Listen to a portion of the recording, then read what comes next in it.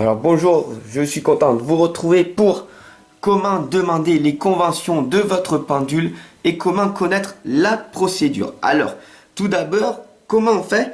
Parce que si c'est la première fois que tu utilises ton pendule ou que tu changes de pendule, il va falloir lui demander ses conventions. Et il y a 3 conventions par pendule. D'accord? Donc, il faut lui demander oui, flou et je ne sais pas. Lorsque votre pendule refuse de répondre, eh ben, il ne bougera pas.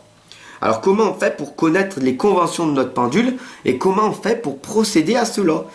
Avant toute chose, il faut faire légèrement balancer votre pendule, bien sûr, d'avant en arrière, d'accord? Afin d'accélérer le temps de réponse. Voilà, tout simplement en fait. Pensez ou dites à votre pendule, donne-moi un oui. Et le pendule, bien sûr, amorcera donc un mouvement. Voilà. Et il faut recommencer la même chose pour obtenir les autres conventions, tout simplement. Donc, si tu dis flou, le sens inverse des aiguilles d'une montre, ça fera comme ça. Voilà, tout simplement. Et si je ne sais pas, eh ben, il ne tournera pas, mais il amorcera quand même un mouvement pendulaire de gauche à droite. Alors là, je l'ai fait moi-même pour vous montrer explicitement en fait. Voilà, je recommence parce que vous l'avez pas vraiment vu, je pense.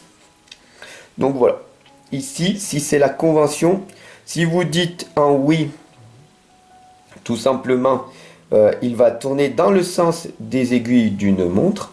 Voilà, donc là, je l'ai fait en accéléré hein, pour bien que c'est moi qui le fais, voilà.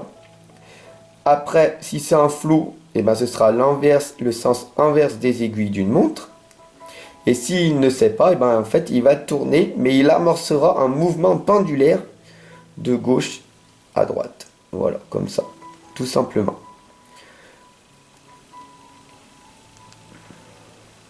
Donc, à savoir également que chaque pendule, hein, il génère de toute façon ses propres conventions. Il faut vraiment prendre conscience de ça.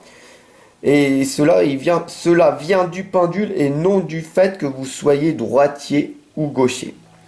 Bien sûr, un pendule, aussi, un pendule qui vous donnera un oui tournera dans le sens contraire des aiguilles d'une montre et tourne à l'inverse pour donner un non. Ceci peut être très déroutant lorsqu'on est habitué à avoir un oui à droite et le non à gauche. Voilà, tout simplement.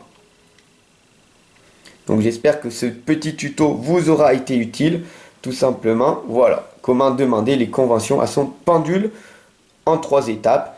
Le oui, le flou ou je ne sais pas. Voilà, maintenant vous êtes armés pour partir sur la 4e vidéo qui est poser des questions à l'ordre de votre pendule. A tout de suite.